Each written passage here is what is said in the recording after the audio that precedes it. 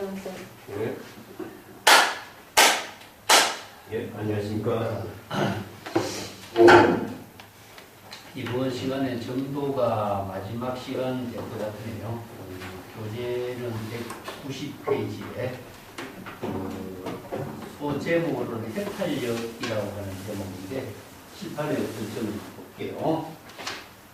부사이는 불가사의를 줄임말로서 부사이 해탈력 그랬죠. 불가사의 해탈 지혜를 깨달은 경지의 힘 이런 뜻이죠. 묘용항사야 무금이요 사사공양 감산호한 만냥황금 역소등이라 풍골세신 미족주요 일구요연 초배론이다. 부사의 해탈력이라는 것은 유마경 불가사 해탈 본문에 의거한 그런 본문이라고 볼 수 있죠.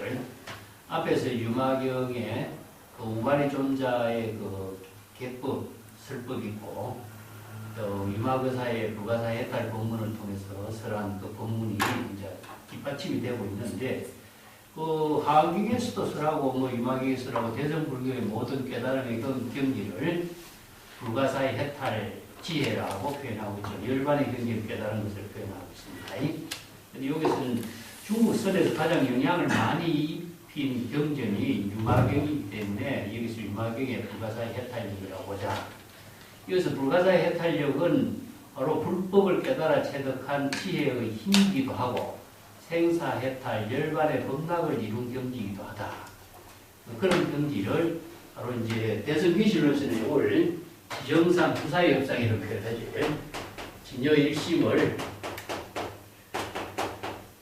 진여법의 그 진여법이라는 것은 진여일심을 깨달아 체득한 경지를 진여법이라고 하죠. 진여일심법을 깨닫는 것이 불교의 이제 진여열애장인데 발심수행으로서는 지정상을 이루는 거죠.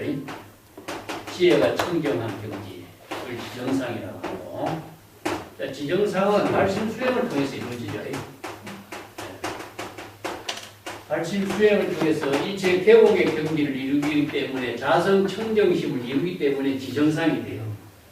그래서 이제 발심수행을 통해서 공의 경지를 이루고 그것이 진여 본심의 청정한 경지를 이루죠. 그 다음에 부사의 협상 이렇게 표현하고 있는데 불가사의한 업이라고 하는 것은 여기서는 나쁜 업이 아니고 불가사의한 정업이라고 해요. 불가사의한 지혜로 이루어진 업이죠. 부사의 업상. 그래서 불가사의 해탈 본문을 부사의 업상이라고 하는데 바로 진여일심법을 여기 이제 불공이거든요. 발심수행을 통해서 정각을 이룬 경지는 바로 지혜가 이루어지는 것이 불가사의 해탈 경계로서 지혜가 작용하는 세계다. 오늘 이제 부사의 해탈력이라고 하는데 그건 저거 발심수행을 통해서 이루어지는 법문, 대성의 법문을 말하죠. 그 다음에 여기서 묘용항사야 무효. 여기서 묘용이라는 것은 불가사의 해탈력이 불가사의 지혜가 작용하는 것을 묘용이라고 해요. 이걸 이제 다른 말 한다면 이걸 묘용이라고 합니다.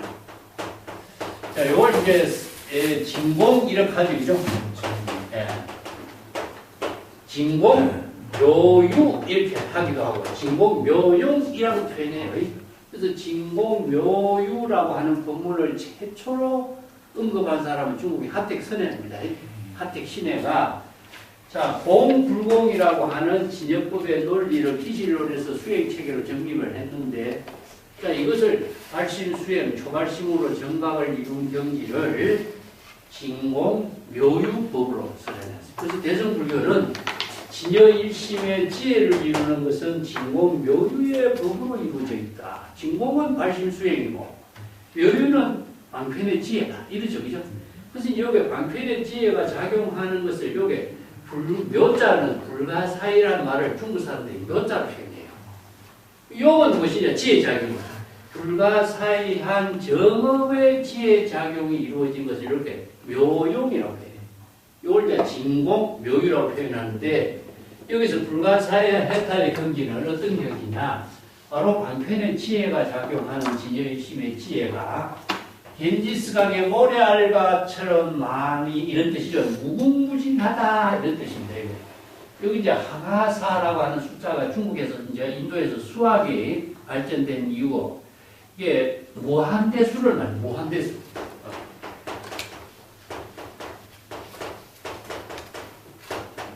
무한대수를 예, 불가사의 항하사 불교에서는 이제 무량수 이런 표현하고 있죠. 그죠? 이 숫자의 무한대수를 표현하는 것은 이건 뭐 숫자로 표기할 수가 없어. 이게 인도에서 이제 가장 많이 쓰는 숫자가 이제 겐지스강의 모래알과 같다, 아니면 항하사와 같다, 아니면은 불가사이라든가 불가사량이라든가 이런 표현을 했죠. 근데 이걸 이제 수학에서는 무한대수를 어떻게 표현하고 있냐면은 8팔자를 이렇게 팔자를 옆으로 세우는 것처럼 이렇게 표현하고 있습니다. 이게 이제 영국의 수학자가 무한대수를 수학의 표기법을 만든 거죠. 제로를 0으로 표기한 것처럼 수학의 무한대수는 뭐지? 이렇게 표기를 해요. 자, 이 무한대의 원래 숫자는 인도에서 제로도 인도에서 발견되었지만은 무한대수도 겐지스강의 모래알과 같다. 불가사이라든가 무량무변이라든가 이 숫자를 무한대수라고 합니다. 그래서 이 무한대수와 같다. 이걸 이제 무량무변이라고 표현하고 있죠. 그죠? 이걸 무극이라는 것은 다른 말 무량무변이다. 예. 무엇이라고 숫자로 계산해서 표현할 수 없어. 무량, 무변, 무한, 이런 이제 언어를 사용해서 비유법으로 표현하고 있어요. 그래서 얼마나 참 무궁무진한 방편의 지혜가 무변에 작용을 하고 있느냐. 이걸 이제 불가사의 해탈력이고 그 불가사의한 지혜 작용이 겐지상의 모래알과 같이 다함이 없다. 무궁무진하다. 이건 뭐 무한대로서 이루어지고 있다. 불가사의한 경지에서 무량무변의 작용으로 이루어지고 있다. 자, 이게 바로 진여일심의 지혜로 이루어지는 경지를 이렇게 표현했죠. 자, 이런 경지를 이룬 사람은 사사공양을 어찌 수고롭다고 사양할 수 있겠느냐. 이런 사람은 은공, 사사공양을 받을 능력이 있다. 받을 자격이 있다. 이런 뜻이다. 네 가지 공양은 이제 의식주라든가 야비, 그죠? 그래서 사사공양은 이제 수행자들이 은공으로서 그런 그 수행의 힘으로서 가장 소욕지족할 수 있는 간단한 생활 그리고 몸을 치료할 수 있는 약 정도의 공양 정도는 충분히 받을 수가 있는 능력이 있다. 그래서 이제 감사한 마음을 어찌 사양하겠느냐 이 뜻입니다. 그래서 사사공양을 해주는 것을 금지했다고 사양하는지는 않을 정도로 이 정도는 수용할 수 있다. 이런 뜻입니다. 이게. 사노라고 하면서 감히 수고스러움을 사양하지 않는다. 그런 의미를 두고 있어요. 받아들일 수가 있다. 이런 의미죠.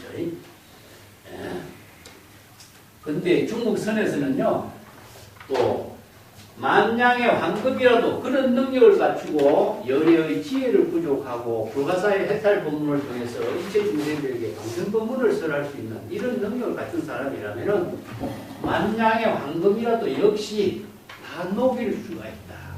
이게 황금을 고시를 받아서 그것을 정법의 안목을 부족하지 못한 사람은 그걸 업이 되지만은 이런 능력을 갖추고 안목을 갖춘 사람은 일체의 모든 그 공양을 받더라도 그 공양을 자신이 업으로서 쌓여두지 않고 지혜로서 모든 걸 녹아서 해양시킬 수 있는 능력이 있다. 이런 의미죠. 그래서 이제 인제력에 보면은 만냥의 황금을 하루에 만냥의 황금을 사용할 수 있는 능력을 갖고 사는 사람이다. 이런 말씀. 하루에 그만큼 귀중한 삶을 사는 것이 세간에서 그렇게 귀중한 가치가 황금으로 하는데 이 황금의 가치보다 더 귀중한 삶을 살 수 있는 그런 지혜로운 삶을 살 수 있는 사람인데 바로 정법의 안목입니다. 정법의 안목을 갖추면 일체의 모든 대상 경계에 대해서 차별 분별심을 다 비우고 지혜로서 공덕을 해양할 수 있는 능력을 갖고 있기 때문에 어떤 공양이라도 거기에 대해서 자기가 업으로 남지 않는다. 이것을 자 업으로서 남긴다 하면은 자기가 바로 생사윤회학에 대한 업장에 떨어지게 되죠.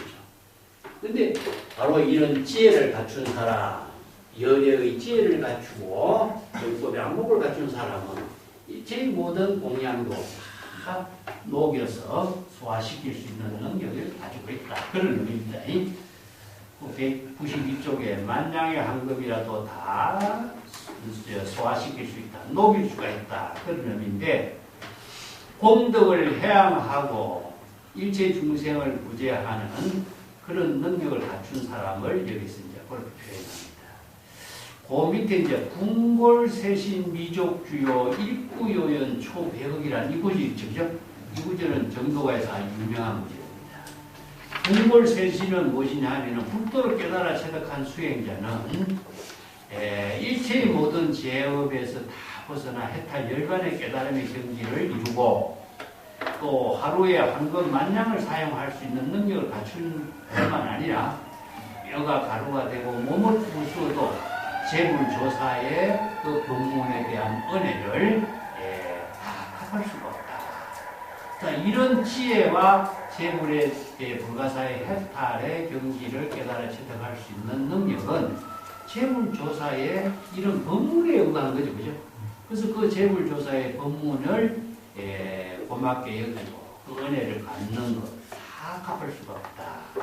그런 의미로서 이렇게 표현했는데 상제보살이 뼈를 치고 골수를 끄적여내서 재물 18개 공양을 하고 일반경에 보면 설산동자가 또 제무상시 생멸법 생멸면이 정멸이라는 법문을 듣고 나찰에게 몸을 공양한 이법 공양의 이야기. 자, 이게 구법 이야기를 몸을 돌보지 않고 구법행을 하는 이런 이제 이야기가 그 경전에서 잘 언급되는데 그걸 토대로 두어가지고 온몸을 가루화내더라도 그 이런 경지를 깨달아 체득하는 그 재물의 은혜를 다 갚을 수가 없다. 자, 그런 이제 한마디가 마지막 구절에 일구요연, 일구란 말이 나오죠, 그죠? 일구요연, 일구의 요연 분명히 깨달아 체득해서 백천만억의 모든 방편 법문을 모두 다 초월한다. 이거 백천만억의 모든 번뇌 망념을 초월하는 그런 능력을 갖춘다 이런 뜻이죠. 그래서 일구란 말이 나오죠. 이 일구는 중국 선성들이 자주 사용하고 있는 말이에요. 인제록에도 이제 일구 법문이 나오는데 그 인제록에 가장 유명한 말이 삼구 법문하고 일구 법문이 나와요. 삼구 법문. 남이 인제록 공부하면서 나오고 있습니다. 일구 법문. 삼구 법문은 긍정과 부정을 초월한 법문이죠. 그죠? 제1구는 대상을 두고 있어요. 제2구도 대상을 두고 있고 조불에 서성이 되고 인천에 서성이 되고 있죠. 그죠? 이건 이제 긍정, 부정. 자, 제3구는 무엇이냐 하면은 긍정과 부정을 초월한 진여일심이에요.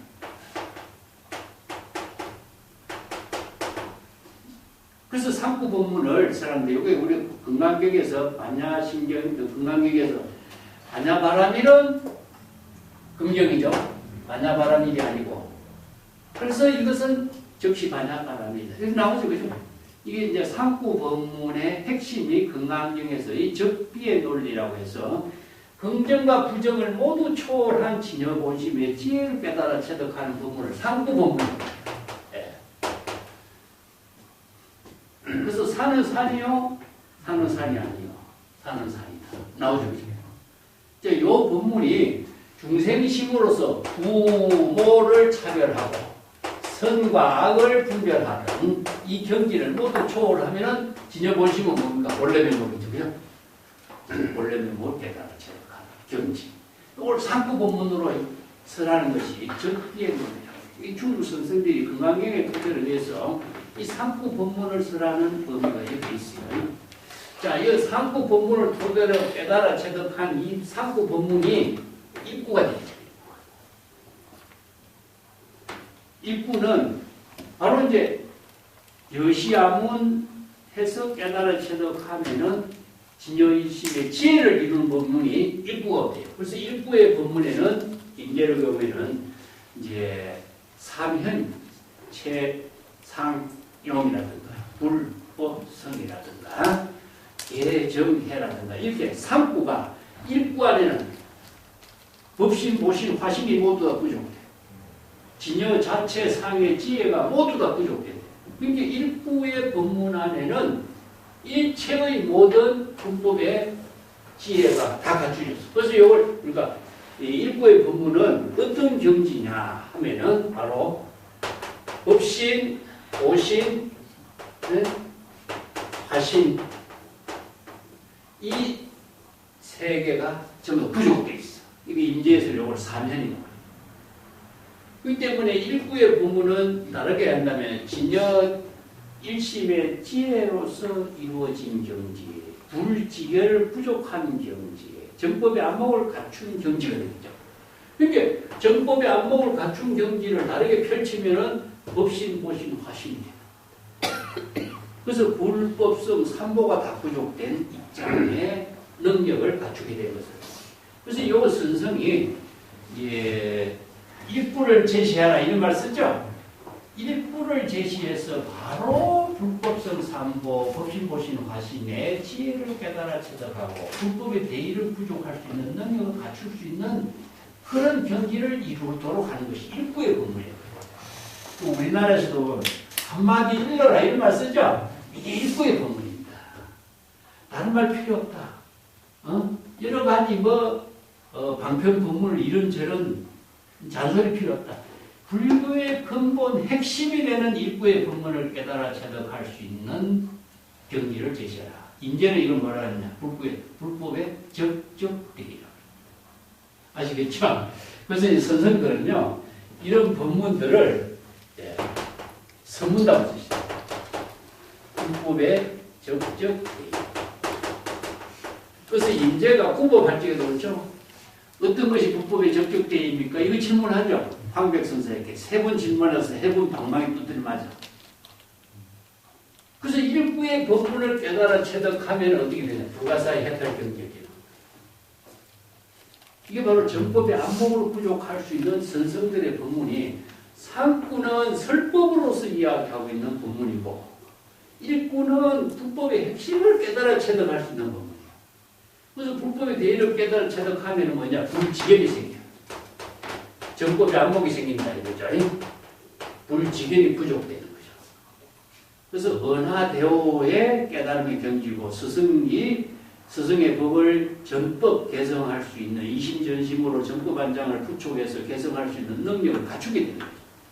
그래서 이제 불지견이 부족됨으로 해서 일체의 모든 방편 법문으로 설할 수 있는 대법 천만의 방편 법문이라든가 여러 가지 다양한 법문 아니면은 번뇌 망념의 모든 대상 경계를 모두 다 초월할 수 있는 능력을 불지견이 부족됨으로 해서 갖추게 되는 거죠.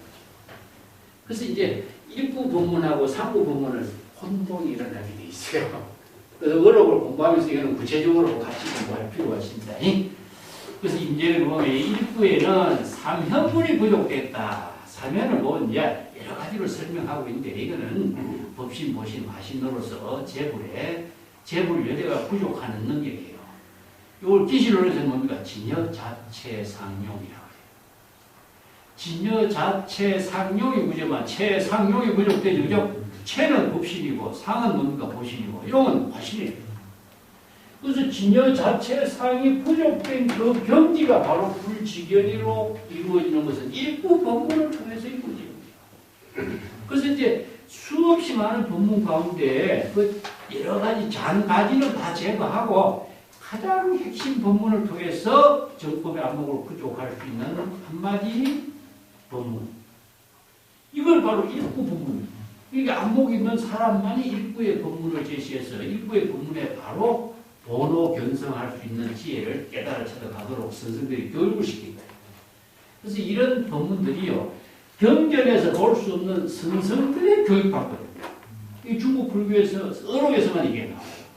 그래서 이것도 일부 법문이라는 말이 일부의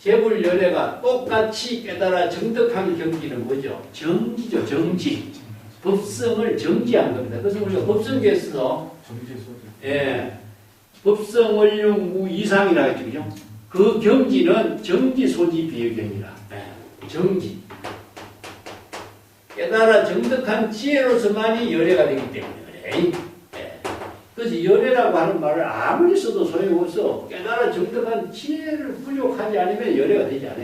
근데 열애가 되면은 모두 다 갱지스강의 모래같이 수없이 많은 열애들이 모두 다 똑같은 경지를 이루게 돼 있어. 그것이 뭐냐? 여의주라고 할 수 있어. 여의주. 자, 열애장.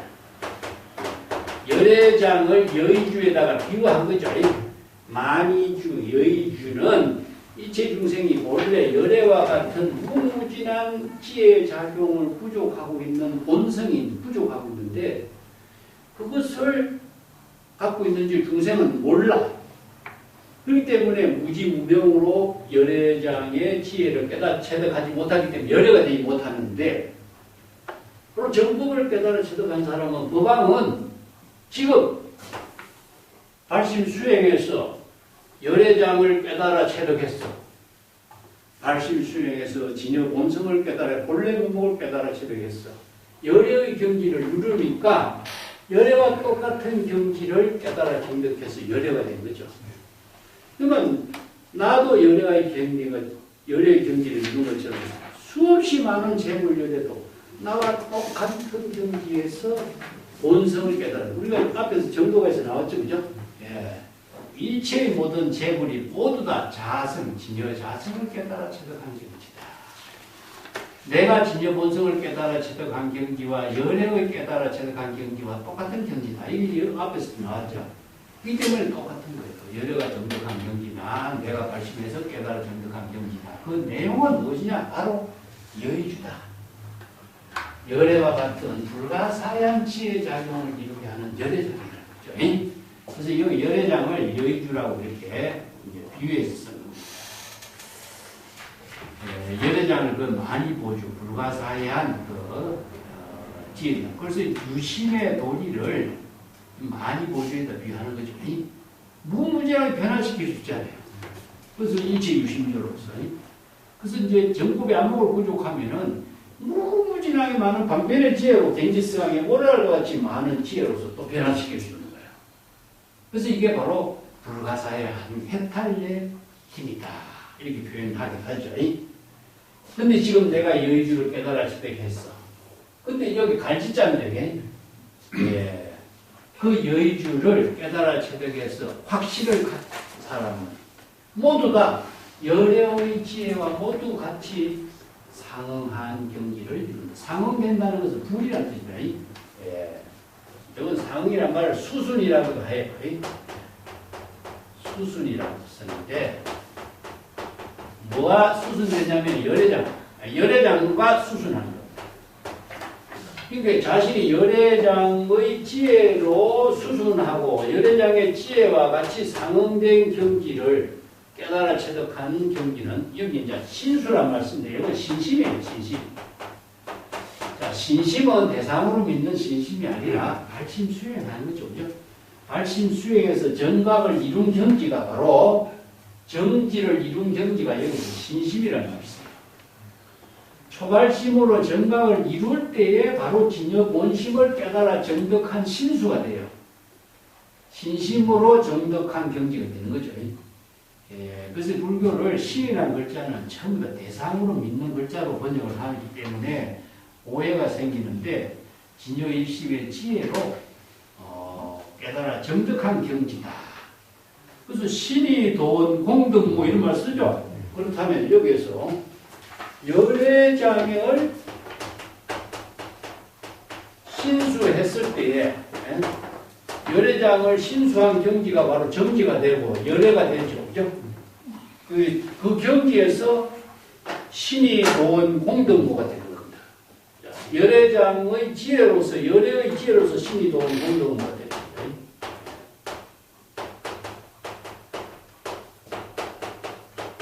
화경의 이 구절도 우리가 이 글자대로 번역하면 안 됩니다. 때문에 여기서 신은 무엇이냐면 열애장입니다. 열애장. 열애장 진여 본심을 깨달아 체득한 그 경지가 바로 열애죠. 열애. 열애의 경지가 바로 도를 이루는 근본이다. 이 때문에 이걸 열애인지라고 해요. 열애인지. 열애장을 깨달아 체득한 경지가 열애인지인데 또 열애인지에서 발심 수행한다 이런 말씀 대승기시를 했습니다. 열애인지라는 말을 다른 말을 한다면은 진여 본심이다. 열애 본심, 진여 본심에서 도를 이루는 수행의 근본이 되는 것이고 진여 본심에서 지혜와 자비의 공덕을 이루는 모체가 된다 이거죠. 그러니까 진여 본심이 도를 이루는 근본이 되고 지혜와 자비를 이루는 모체가 되는 것이지 어머니가 된다는 뜻이 아니고 근본이라는 뜻입니다. 이게 모두 근원도 모두 전부 다 근본입니다. 이게 모든 것이 바로 도를 이루는 근본도 열애의 진여 본심이고 공덕을 이루는 근원도 열애의 진여 본심이라는 뜻이에요. 이걸 신이라고 해요. 신. 근데 신은 불교에서 신은 대상이 아니라 바로 깨달아 정득한 지혜, 열애의 본심을 신이라고 해요. 그 경지를 어떻게 이루어야 되느냐? 초발심으로 정각을 이룬 경지가 신을 이룬 경지가 돼요. 그렇기 때문에 초발심으로 정각을 이룰 때에 진여 본심에서 자 바로 발심 수행을 통해서 정법의 안목으로 지혜로운 공덕형을 이룰 수가 있는 거죠. 그 중생심으로서는 안 된다는 거죠. 중생심은 의의되기 때문에 진여의 심의 지혜로 이루어진 경지에서 이루어진다. 그 말을 이렇게 쓰라고 있는 겁니다.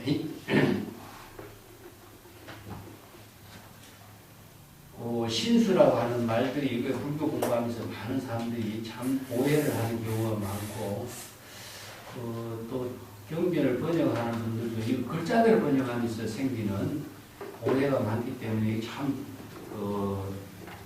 다르게 우리가 공부하기가 좀 어려운 점이 이런 거예요. 한자를 통해서 공부하는데 어려운 일 중에 하나가 이런 점이죠. 네. 자, 그 다음 단어 볼까요?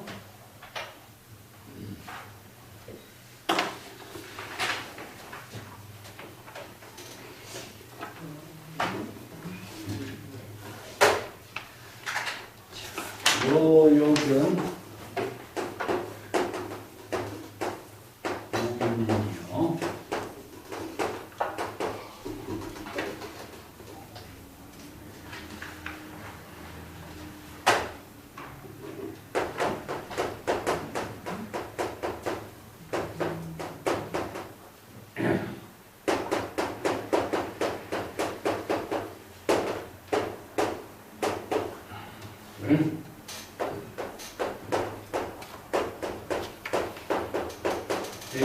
대천세계는 해변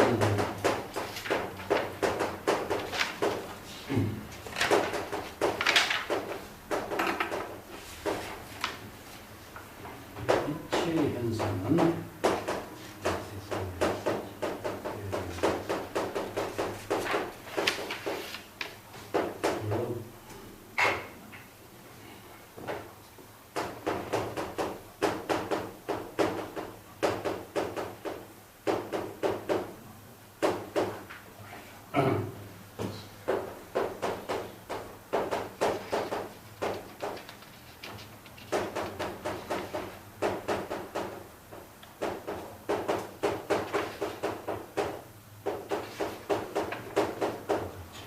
출련 정상주의는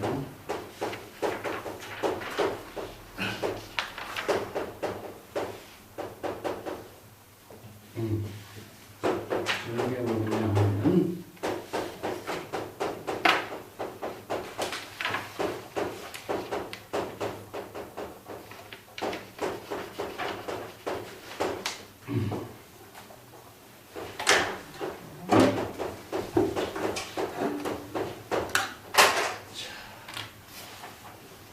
요요견 우일무 요요견 북성을 이제 이렇게 줄여 말써요.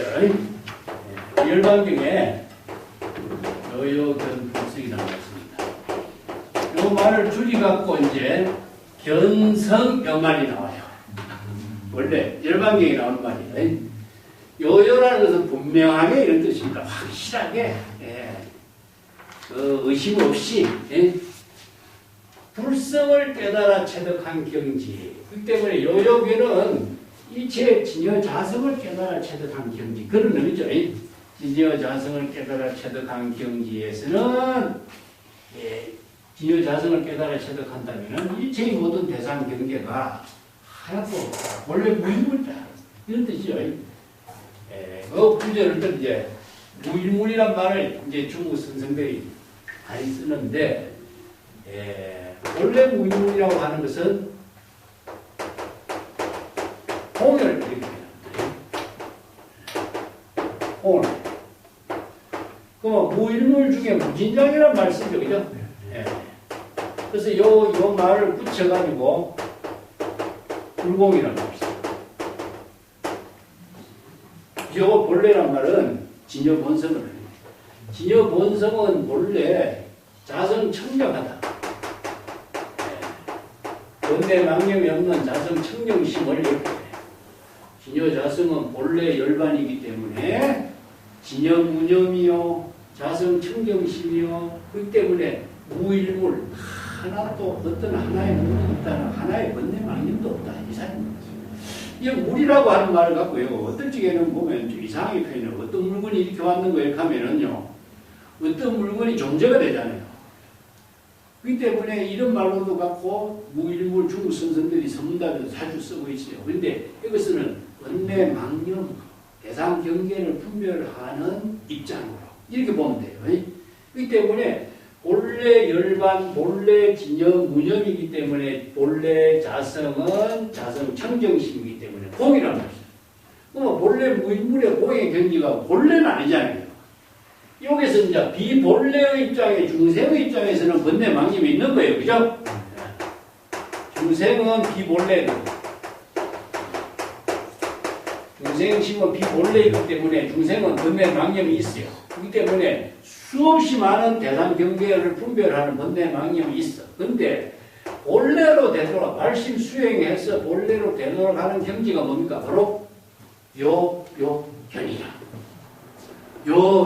견불성이란 말을 여기서는 이제 화엄경에서는 초발심으로 전방을 이루다 이렇게 표현했죠. 그죠? 발심 수행인데 여기서 중생심은 비본래에서 본래로 되돌아가는 것은 무엇이냐? 발심 수행이다. 발보리심, 발안욕따라 삼약 삼보리심 이렇게 표현하죠. 그래서 경전에 따라서 표현이 방편법문이 달라요. 열반경에서 요요견불성이라고 표현했고 화엄경에서는 초발심이 정각이라고 표현했고 능가경에서는 자각성지라고 표현했고 자 여기서는 비본래 중생이 표현해서 본래로 되돌아간 거 본래 열반으로 되돌아간 거지 그죠?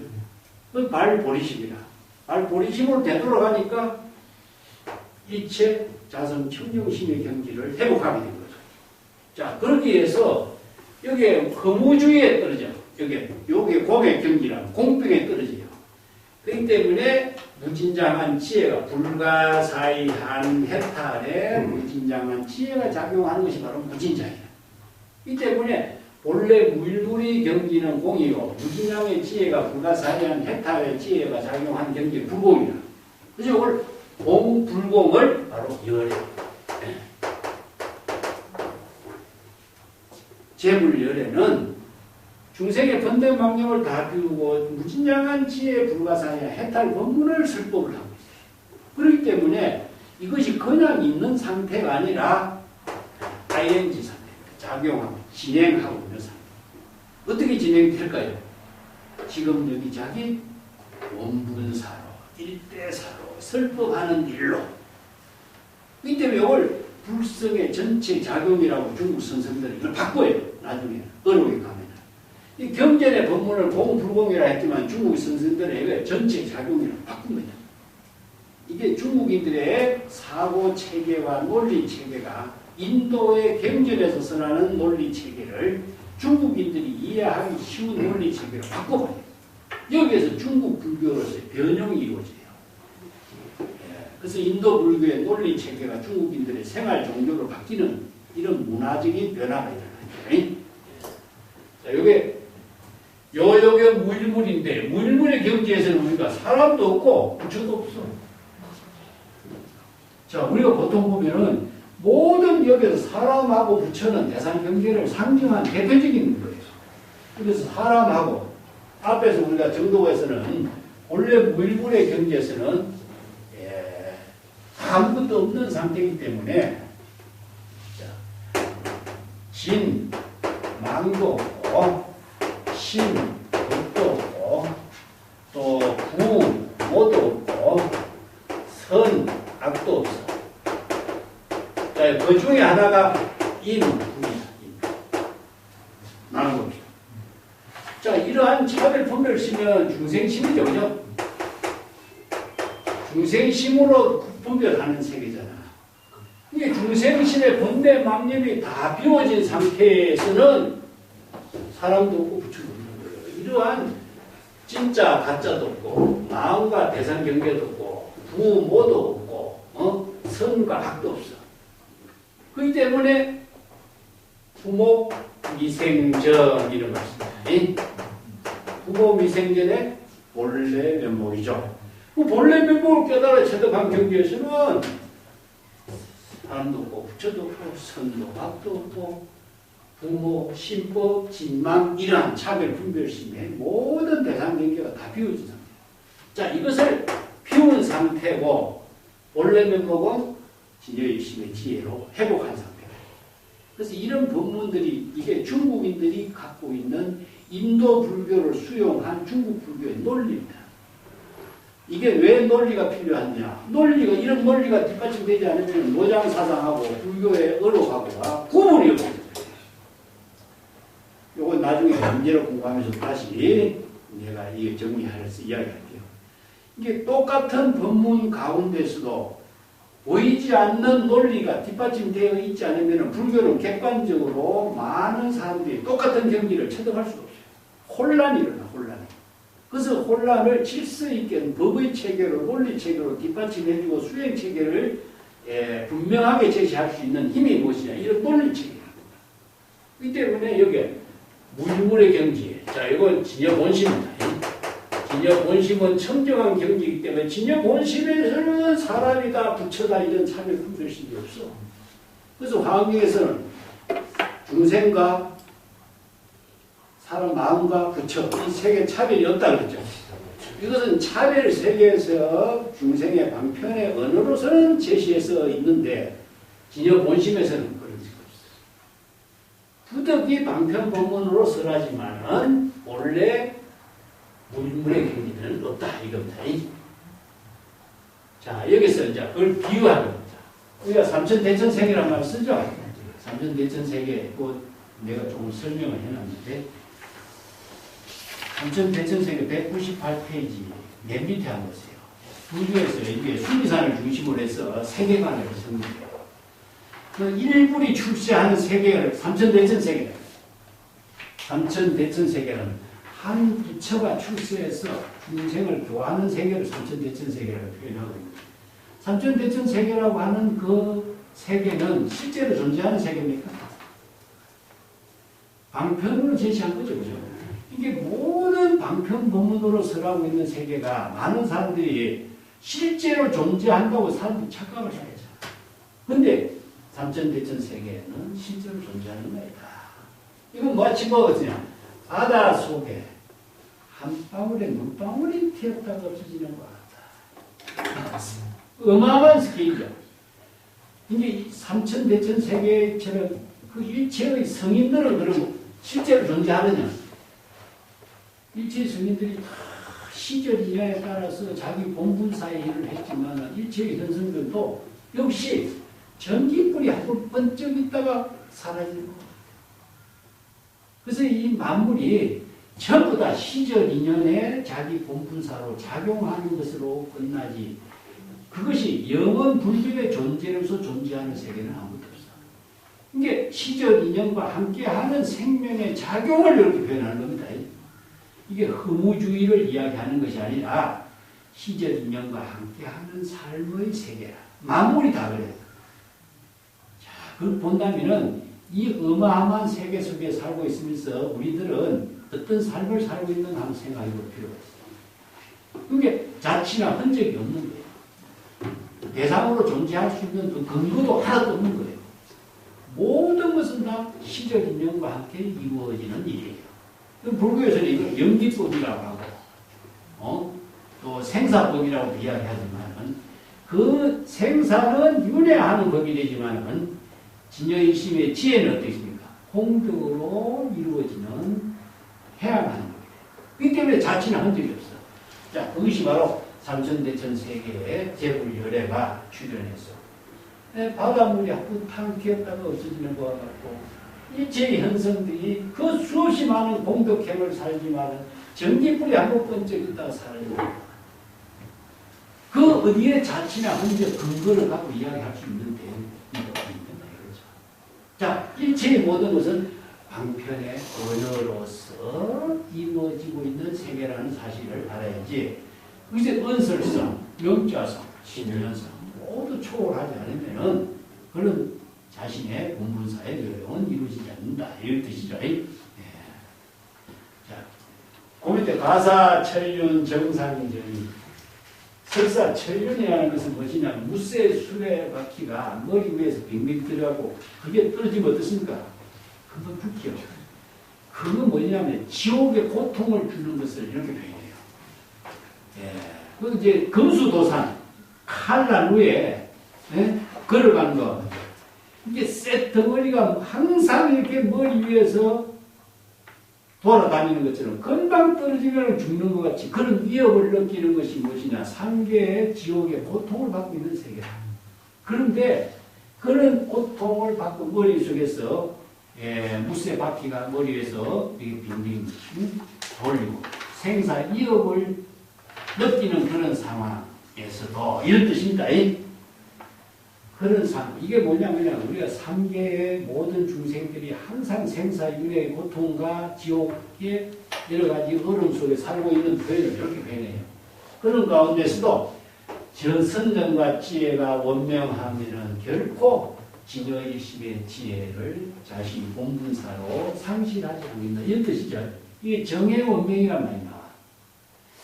야, 정의 원명이란 말, 이 말은 육조당경에서 많이 쓰는 말이죠. 그죠?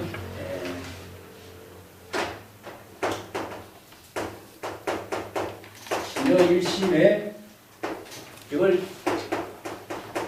정과 해를 표현합니다. 정과 해만 우리가 강조하니까 정해, 선정, 정의 이치 이것만 강조했죠. 정의 경지는 우리가 선정을 통해서 선정의 경지를 이룬다고 하는 것은 대상 경계가 되고 목적이 되기 때문에 이건 있을 수가 없어요. 그러면 정의 경지는 무엇이냐? 공의 세계를 정수합니다. 공이란 뭐죠? 중생심 비워진 거죠. 그죠? 중생심의 번뇌 망령을 비워내는 경기를 정이라고 해요. 정은 뭡니까? 초발심이죠. 초발심이죠.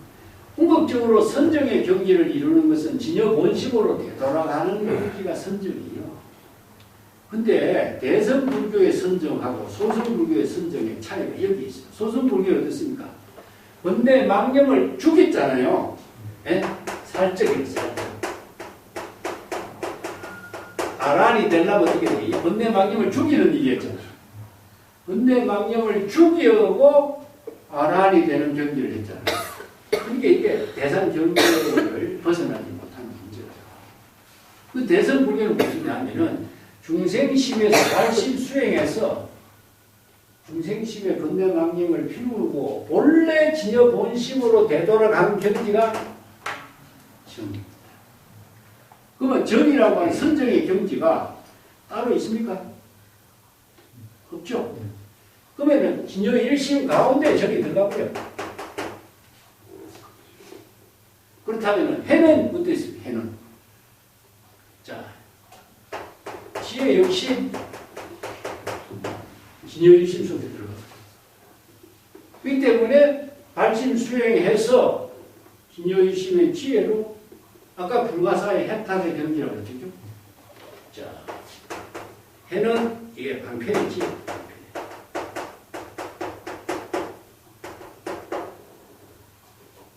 선정은 80년.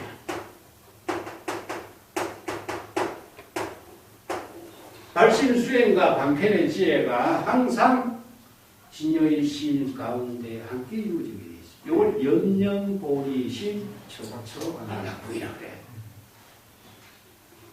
자, 그렇기 때문에 1년 1년에 우리가 발신 수행하면서 처처의 안락국의 경지를 이루는 방편의 지혜로 지금 여기 자기 본문사를 이 본문사를 이루는 경지가 정해가 원명한 경지입니다. 정해 원명한 경지가 따로 있다고 생각하고 정해 원명한 경지를 이루려고 하면 안 됩니다. 지금 여기 자기 본문사의 지혜로운 삶을 진여일심으로 방편의 지혜로 실행할 때 항상 정해가 원명한 경지를 잃어버리지 않을 수가 있어요. 그런데 정해를 잃어버리지 않는다라고 하는 것은 지금 여기 정법의 안목을 부족해서 자기 본문사의 지혜로운 삶을 살 수 있는 능력이 없는 사람은 이것을 대상으로 선정과 지혜를 따라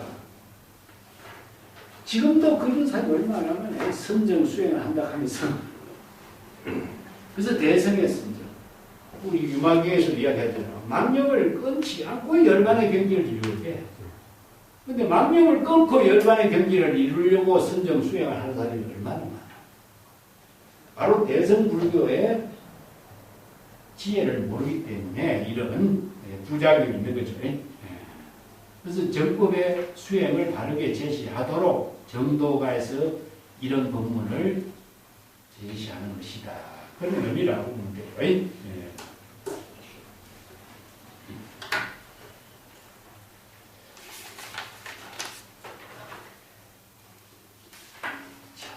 다음 단어부터는 가볼까요?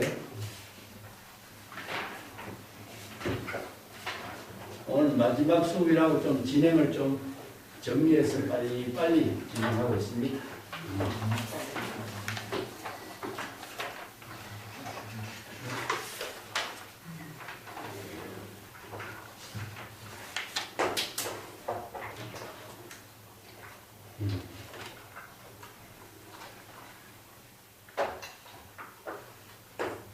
일간행용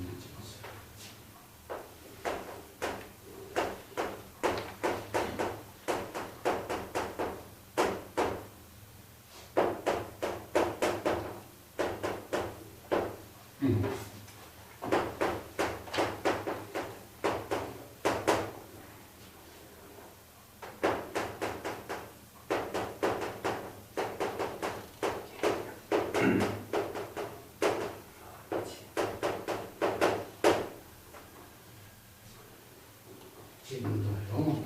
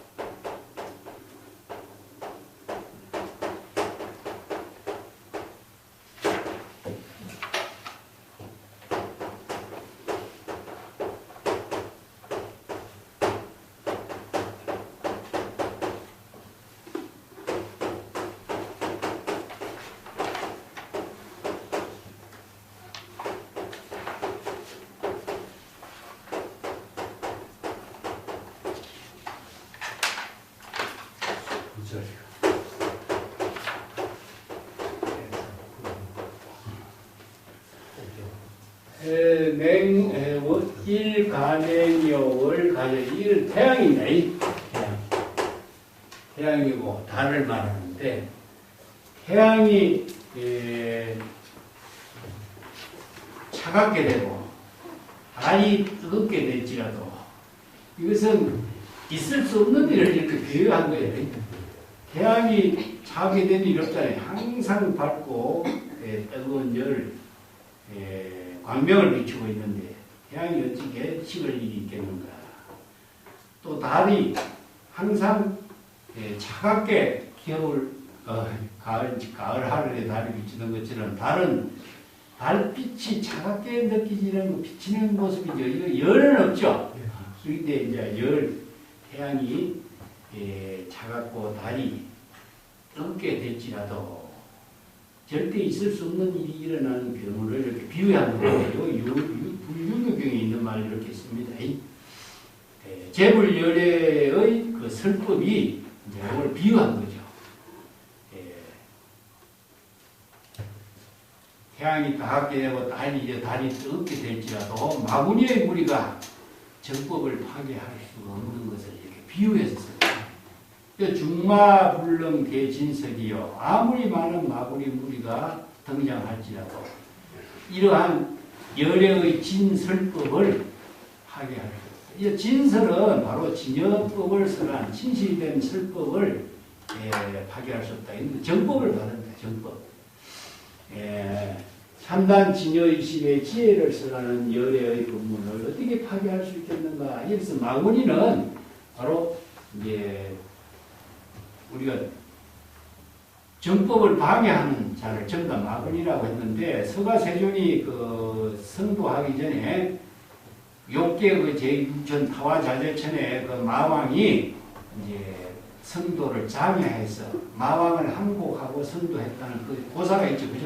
네. 그래서 이걸 이제 타화자재천을 마왕이라고 해요. 근데 실제로 마구니는 우리들의 번뇌, 망명 여러 가지 대상 경계를 분별하는 망심을 전부 다 마구니라고 이야기하고 있죠. 그래서 진여실상법, 여시설법한 진설을 어떻게 방해할 수 있겠느냐. 이 진설이라는 것은 진여실상법입니다. 진여법이라든가 진여실상법이라든가 이렇게 제법실상법이라든가 좀 이렇게 표현하고 있는데 바로 일체의 모든 존재가 진여일심의 진실한 존재로서 특성을 갖고 살고 있는 여법하게 살고 있는 존재를 말해요. 이게 뭐냐면은 일체 만물이 다 그렇잖아요. 그죠? 이걸 제법이라. 법화기에서 제법실상이라고 표현해요.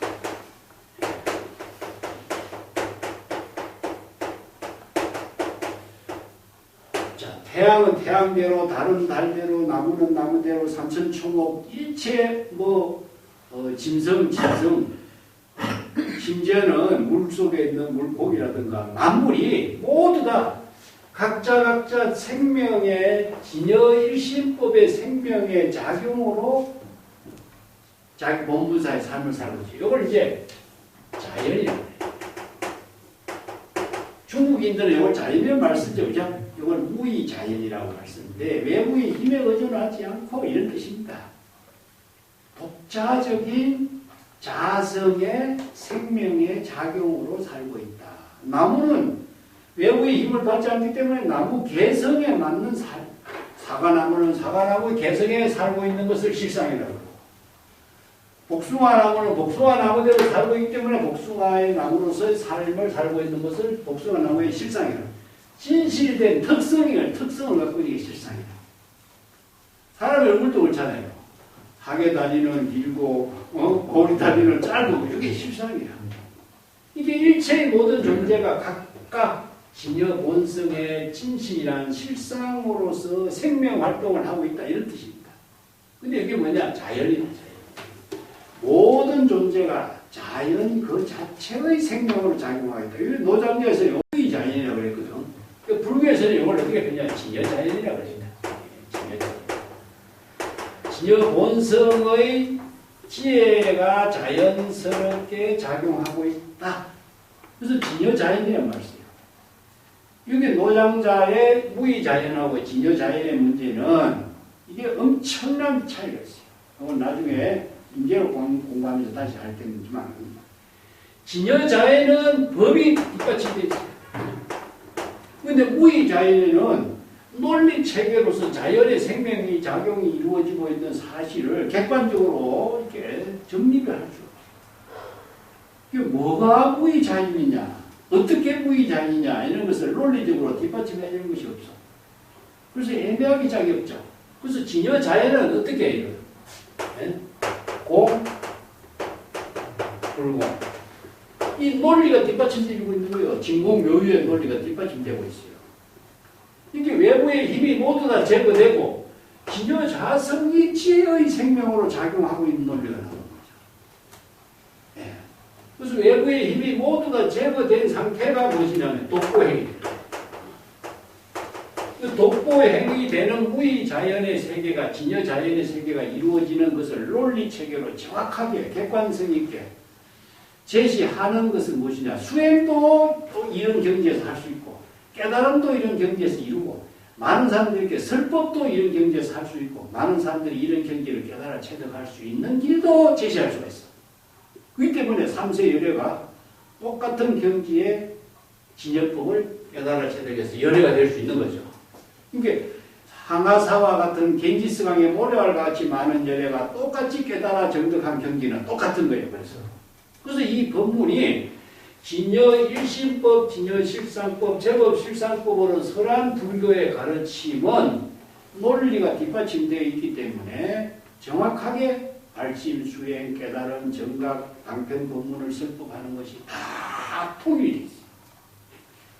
근데 노장자에서 무의자연이라든가 이선 장자의 말이다, 누구의 말이다 하게 되면 사람마다 이게 언어로 분별하고 이해하는 것이 다르고 내용이 다르기 때문에 객관적으로 논리 체계로 제시할 수 없어요.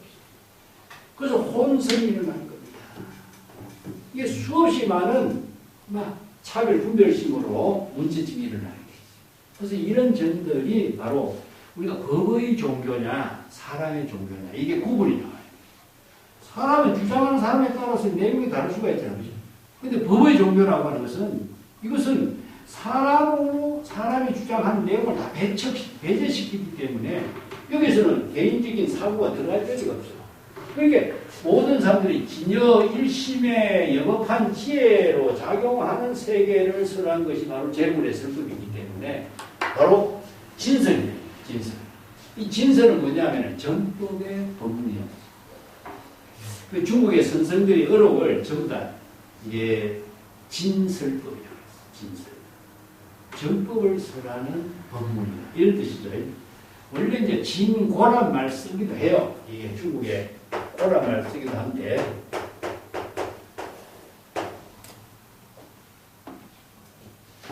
진짜냐 가짜냐 하는 문제가 또 나오겠죠.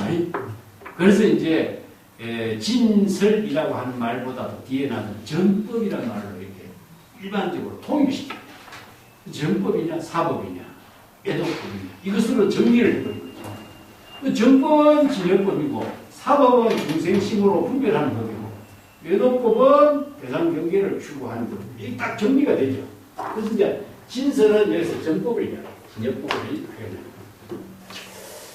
그래서 아무리 많은 마구니 무리가 등장할지라도 재불열애가 설법한 진설의 법문을 어떻게 판별시킬 수가 있겠는가. 진여실상법은 마구니들이 파괴시킬 수가 없다. 이런 법문이죠. 상가쟁령 만신도라. 그래서 상가는 코끼리가 끄는 소리죠. 이게 큰 인도의 상인 귀족들이 하는 물건을 싣고 가는 코끼리를 싣고 가는 코끼리가 끄는 수레. 그걸 이제 이풍당당한 모습이죠. 그걸 말하고 있는데, 이 쟁령이라는 것은 산이 높이 솟아있는 모습을 쟁령이라고 해요. 근데 이제 코끼리가 끌고 가는 수레에는 엄청나게 많은 물건을 싣고 갈 수 있잖아요. 그걸 이제 산에다 산더미 같이 많이 싣고 가는 데다 비유하는 거죠. 코끼리가 끌고 가 산과 같이 많은 물건을 끌고 가는 위풍당당한 길에 이런 뜻이에요. 여기서 진도라고 하는 것은 코끼리가 끌고 가고 나아가는 길에 이런 뜻이에요. 수견 당랑 능거철이 어찌 당랑은요 무엇이냐 범아제비라고 하는데 이게 사막이죠. 사막이 곤충. 예.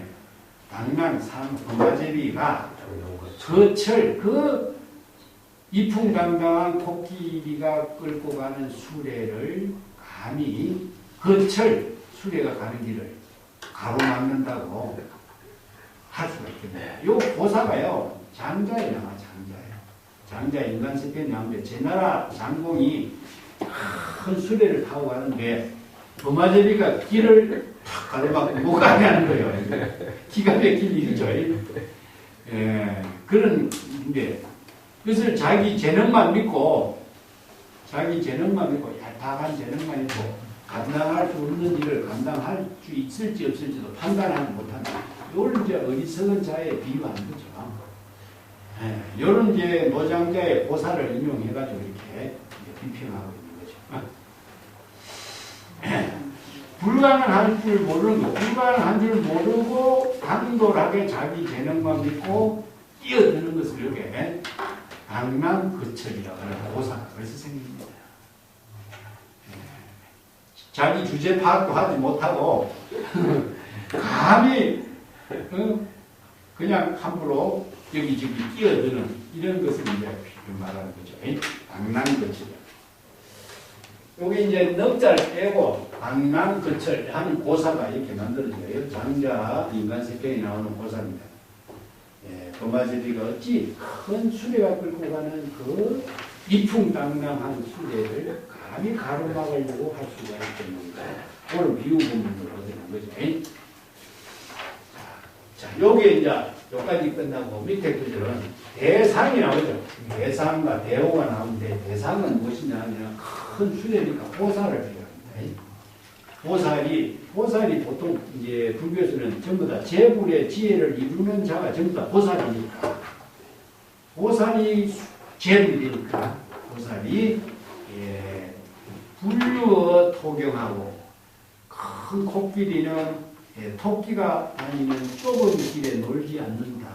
이 토끼는 무엇이냐면 소성에다 비유한 거죠. 중생이라든가 소성에다 비유했고, 큰 코끼리는 대성의 보살에다 비유한 겁니다. 앞에서 우리가 정도가에서도 용상이 그냥 발걸음을 옮기는데 모든 것을 다 떨쳐버린다 하는 그런 비유 분위기도 나왔죠, 그죠? 향상, 용상, 대상 이렇게 보살을 이렇게 세 가지 비유를 해요. 향상도 코끼리고, 대상도 코끼리고, 용상도 코끼리입니다. 또 보살을 그렇게 코끼리에다 비유해서 이렇게 이제 설하고 있는데, 삼수도화라고 하는 그 유명한 그 보사, 우바세경에 나오는 보살이가 있어요. 오늘 202페이지 맨 밑에다가 좀 언급을 해놨습니다. 코끼리하고 말하고 개하고 큰 강을 건너가는 보사죠. 코끼리는 강바닥에 발바닥이 철저하게 닿다. 그래서 철저라고 하는 언어가 생겨요. 강바닥에 발이 철저하게 딛고 철저하다는 안전하고 확실하게라는 뜻입니다. 그리고 말은 어떨 적에는 강바닥에 닿기도 하고 안 닿기도 하고 그렇게 강을 건너가고 떠내려가고 개는 어떻게 물에 위에 헤엄치에서 건너가죠.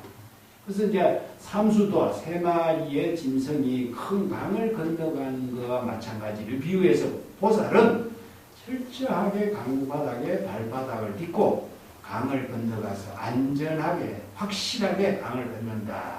그래서 보살의 수행자를 이렇게 비유하고 있습니다. 그런데 큰 코끼리는 토끼가 노는 길에 놀지 않는다. 이게 뭐 대인대로 행위죠. 그래서 대성의 보살은 소성법이라든가 중생의 여러 가지 차별 분별심의 세계에 다니지 않는다. 그런 의미를 두고 있어요. 대도는 일체의 언어, 명칭, 신년상의 대상 경계를 모두 초월한 경지이기 때문에 중생심의 분별심이라든가 소성의 차원이 낮은 법문이라든가 아니면은 자타를 분별하는 중생심의 차별상이라든가 이런 좁은 길에서 놀지 않는다. 그래서 대승보살은 진여 일심법의 지혜로 큰 길에서 지혜로운 재불여의 경지를 깨달아 체득한다. 그런 의미를 여기다 보살의 수행에 넣는 거니. 대로 일로 열반이라는 말입니다. 수능명에서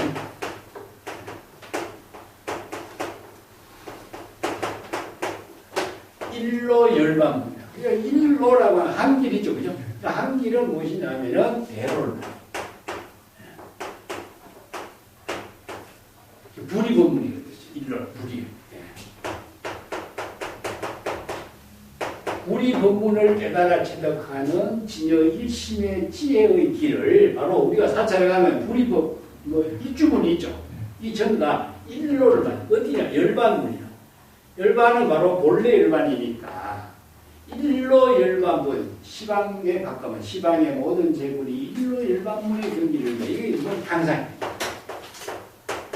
향상일로. 향상일로는 발심이죠, 그죠? 발심은 저는 향상이랍니다.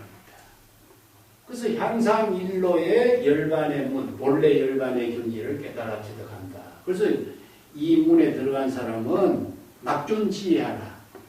우리 사찰문에 들어가면 그걸 써놨죠, 그죠?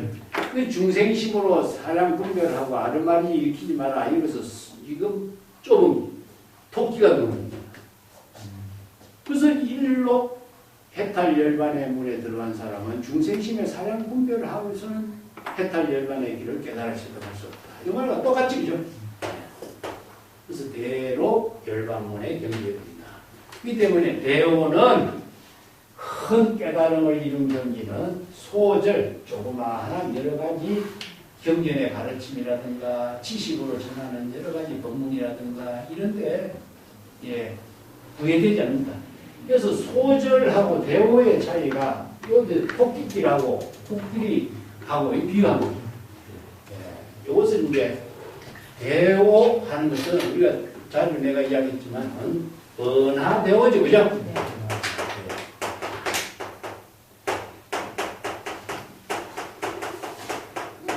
언하대오가 있고 도노 견성이 있고 자, 여기서 도노라든가 언하대오라든가 하는 것은 바로 불법을 말해.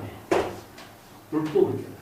여기 이제 중국 선생들은 불법의 대의라고 표현했는데 불법의 대의 어떤 것이 불법의 대의입니까? 불법의 대의는 뭡니까? 바로 진여 본성이 있죠. 진여 본성이 불법의 대의입니다. 불법의 대의라는 것이 진여법이 진여 본성이 여법하게 지혜로 작용하는 것이 바로 진여법이니까 진여법을 불법 대의라고 해요. 그래서 질문했죠. 불법의 대의란 말의 내용을 모르면은 질문도 모르는 사람이 어떻게 대답하겠어? 그죠? 그래서 이제 대오는 언하대오는 궁극적으로 뭡니까? 바로 진여 본성을 깨달아 체득하는 거죠. 어떻게? 설법을 통해서.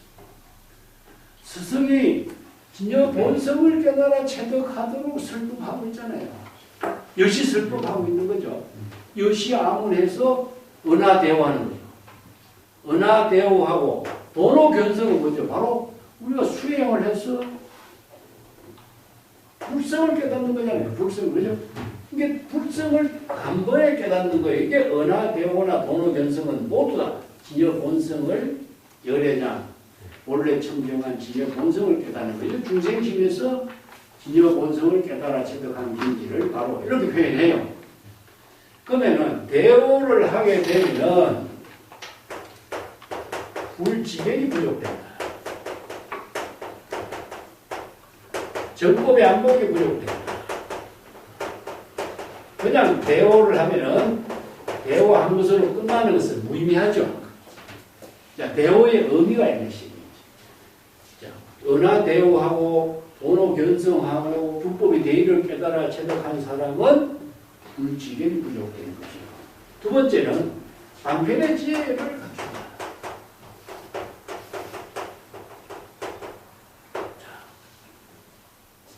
정법의 안목을 부족하고 진여 일심의 지혜로 방편의 지혜를 갖추기 때문에 시절 이전에 따라서 자기 본분사를 잘 수 있죠. 자, 시절 인연에 따라서 모든 대상, 경계, 차별, 분별심 모든 문제점을 방편의 지혜로 자기 본분사를 건립할 수가 있는 힘이 있죠. 자, 이적 번호요, 사비돈세라. 인차제징 하는 말이 뭐냐? 방편의 지혜로 자기 본분사를 이걸 건립한다는 말이에요. 창조한다. 그러니까 인제는 이걸 뭐냐면 수처잡주 입처개진이라고 해요.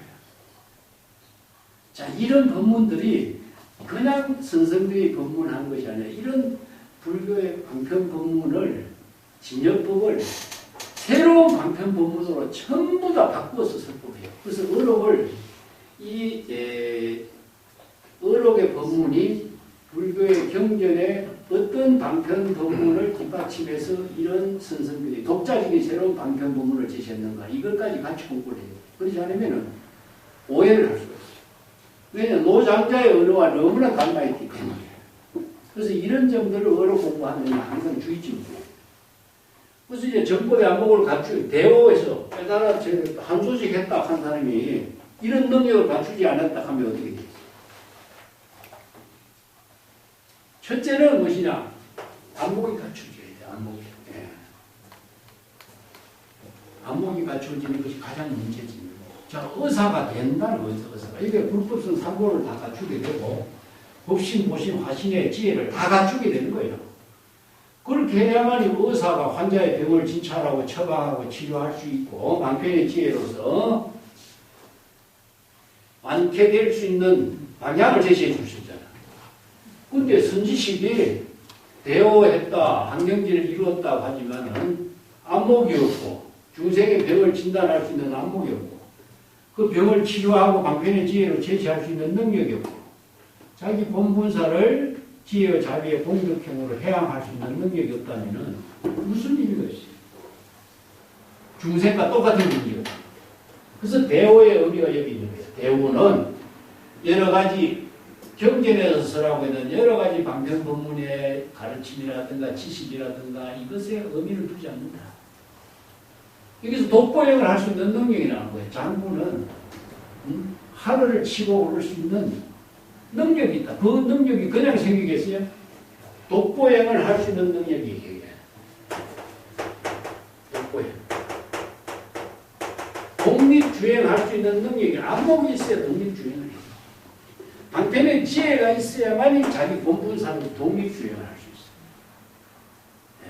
자, 일체 태양이라든가 달이라든가 나무라든가 모든 존재가 모두 다 제법 실상적으로 자기 본분사의 지혜로 작용하는 능력을 갖고 있잖아요. 그러면은 우리가 불법을 공부하는 사람은 제물 열애도 그런 능력을 갖추도록 하는 거예요, 사실은. 자기 본분사로서 독보행을 할 수 있는 능력, 독립주행할 수 있는 능력, 외부의 힘에 의존하지 않고 진여 자연의 지혜로 자기 본분사의 묘용을 실행할 수 있는 능력, 이 갖추는 거예요. 이 때문에 여기서 소재는 무엇이냐 하면은 여러 가지 경전에서 쓰라고 있는 방편 법문들, 소선법, 대선법, 뭐 수없이 많은 가르침도 있잖아요.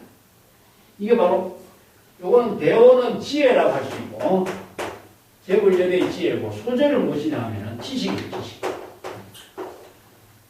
수없이 많은 지식에 구애받지 않고 정법의 안목으로 지식을 모두 다 포용할 수 있는 능력을 갖추게 된다. 이런 의미죠.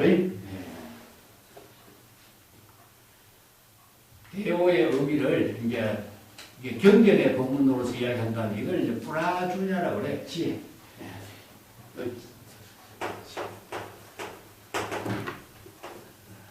자, 이 소재는 지식이라고 있는데 지식은 비전하는 이 때문에 대상으로 분별해서 이해하는 세계를 지식이라고 한다면 지혜는 진여일심의 지혜로 작용하는 경지입니다. 그래서 이제 불지견으로 방편의 지혜를 실행할 수 있는 능력, 본분사로 실행할 수 있는 능력을 그렇게 지혜라고 하죠.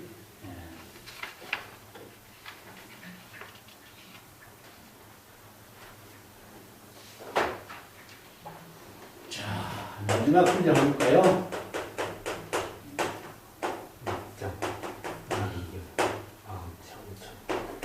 약장 광견이제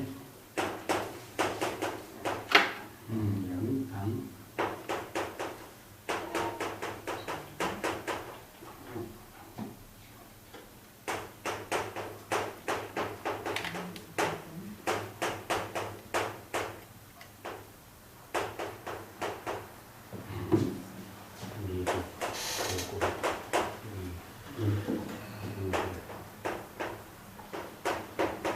일요금의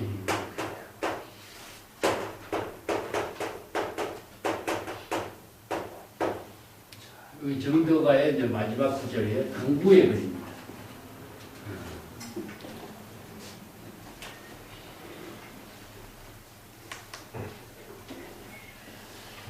이 광견이라는 말이 나오죠, 그죠? 광견은 갈대 대롱 구멍으로 하늘을 보는 거예요. 예. 이게 좁은 소견을 이렇게 비교해요. 자기의 편견과 자신의 안목으로 넓은 세계를 보지 못하고 한 부분만, 조그만 한 부분을 보는 것을 이렇게. 이걸 대롱 같은 소견이라 이렇게 표현했어요. 큰 허공을 이렇게 보고 허공이 넓이, 좁니 이렇게 비방하거나 말하지 마라. 차별 분별심을 갖고 일으키지 마라. 그런 뜻이죠. 바로 이제 중생들은 전부 다 자의식으로 자기가 보고 듣고 느끼고 아는 것만 가지고 자기 주장을 내세우고 있는 걸 이렇게 표현해요.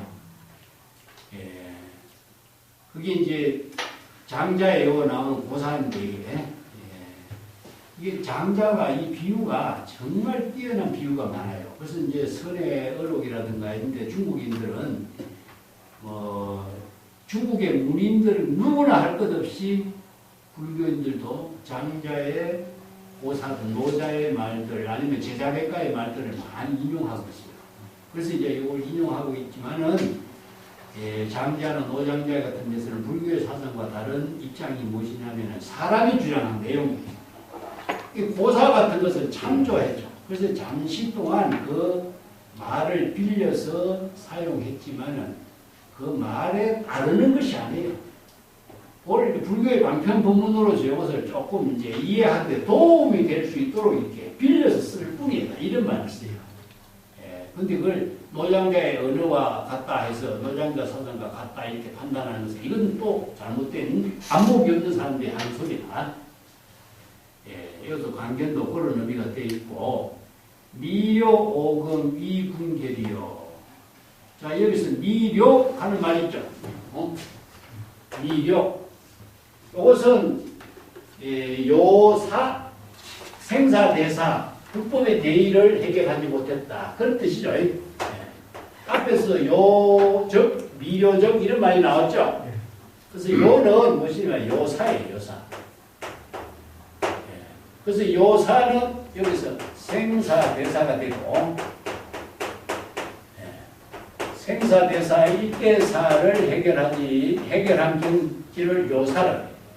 그래서 요사, 본부 이런 말 쓰죠. 강거사가 이 말을 썼어요. 생사, 대사, 일대사를 해결한. 그래서 생사윤회를 벗어나는 일대사죠. 근데 중생이 생사윤회를 벗어나도록 하는 것이 무엇이냐 하면 전부 다 구도십니다. 구도와 구법의 큰 의미는 무엇이냐 하면은 불교에서 생사윤회를 초월하는 거예요. 생사의 업을 생사윤회에 타락하는 업을 벗어나고 열반의 범락을 이루는 것이 바로 구도의 의미거든요. 그래서 따라서 중생심의 본래 망념을 다 비우고 열반의 본락으로서 자기 본분사를 살 수 있는 그런 능력을 갖추도록 것이 구도잖아요. 그래서 이 구도를 이루기 위해서는 요사 일을 마친 사람이 이 경지를 이루는 능력은 어떻게 이루어지느냐. 미력.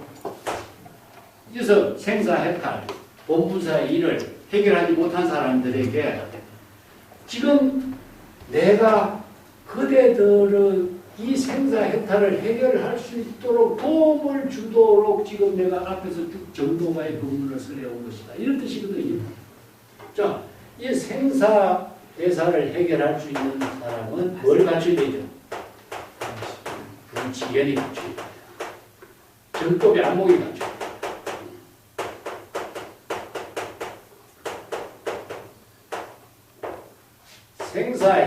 생사대사를 해탈하고 하는 것은 정법의 안목이 갖추어져야만이 생사대사를 해탈. 그래서 아까 대오란 말 나왔죠. 대오. 자, 이게 바로 대오를 번화 대오에서 불법의 대의를 깨달아서 불지견이 부족되면 생사해탈을 비우고 열반의 법락을 이룰 수 있는 경지를 그렇기 때문에 이 경지를 이루지 못한 사람은 대오를 이루지 못한 사람, 정법의 안목이 부족되지 못한 사람. 그래서 이제 영가 현각이 이제 정도관을 지은 영가 현각의 입장에서 앞에서 서문에서 언급한 내용하고 마지막 구절하고 이것을 연결을 같이 시키는 거죠. 그래서 생사해탈을 다 마치면은 업장이 본래 공안 경지를 깨달아 체득할 수가 있고. 생사해탈을 해결하지 못한 사람은 지은 업장에 대한 빚을 갚아야 된다. 이것들도 앞에 공부했죠. 똑같은 입장에서. 그래서 구도의 대사는 정법의 안목을 갖추는 일이 되어야 생사대사를 해결하는 것이다. 204쪽에 한번 봅시다. 마지막에 내가 그만인데 맨 뒤에 이제 첫 구절에 그대 들어보지 못했는가 정도가 첫 구절에 나오죠. 군불견이라는 말이 나오죠. 그죠? 군불견이라고 하는 말이 시작했고 마지막 구절은 미료오는 이분결. 그런데 여기에 오자를 나오자로 쓰기도 하고 이렇게 깨달은 오자로 쓰기도 하는 경우도 있는데 나오자가 맞아요. 자기가 지금 밝힌 거죠. 그래서 정도가 첫 구절 군 불경가의 문제 제기에서부터 마지막 이 한 구절은 내가 지금까지 정도가를 설하게 된 의미를 이 한 구절로서 이제 정리하고 있다. 그렇게 보면 되죠. 그래서 정도가 한 구절을 수시로 읽고 그 뜻을 깨달아서 정법의 안목을 부족하는 수행자가 되도록 하라. 그런 당부의 말이기 때문에. 그래서 이제 나는 지금 내가 이 군이라고 하는 것은 누구냐? 그는 누굴까요?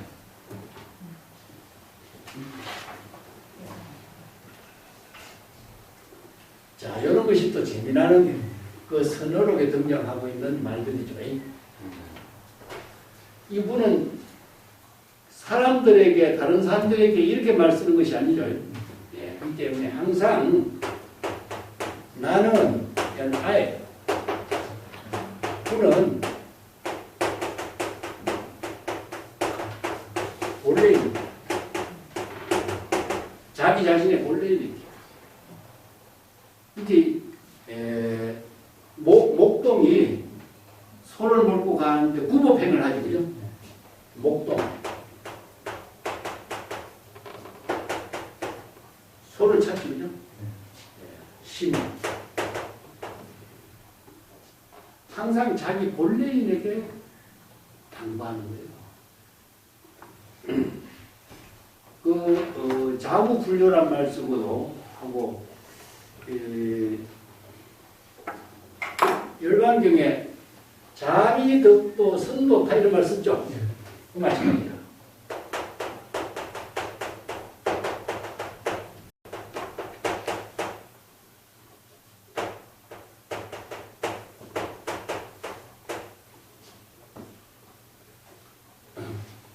자가 여자인 겁니다.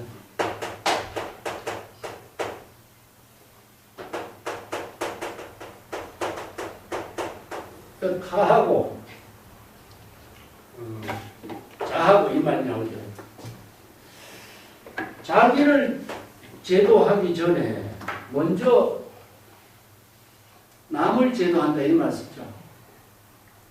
이게 바로 대성보살도 정신인데 이 말 보면은 대상을 제도한다 하면은 제불여자가 중생을 대상으로 제도한다는 말은 맞지 않죠. 근데 보통 사람들이 이 글을 보면요. 자기를 제도하기 전에 중생을 먼저 제도한다 이렇게 번역합니다. 이거는 자신의 본래인 말. 자의식을 비운다. 자의식을 다 의식하지 않고 이런 뜻이에요.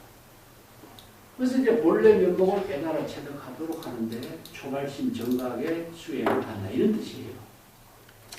근데 이제 자신의 본래 면목이 깨달아 체득할 수 있도록 이 동산양계가 길을 건너가다가 나는 갈 때 볼 때마다 그를 만났는데 그는 내가 아닌데 이런 말 쓰죠. 똑같은 말이에요. 이게 구도자의 선수행자의 모든 구도는 대상을 두고 있는 것이 아니라 자기 자신을 구도자로 두는 겁니다.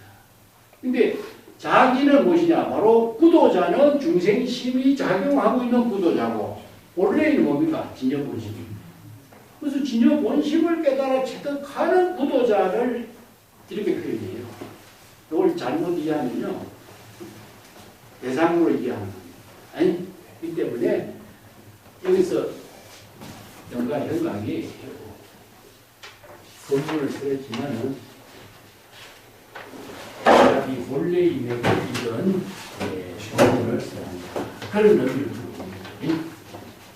이런 점들을 우리가 주목해 줍니다. 자, 그러면은 정도 본문은 이것으로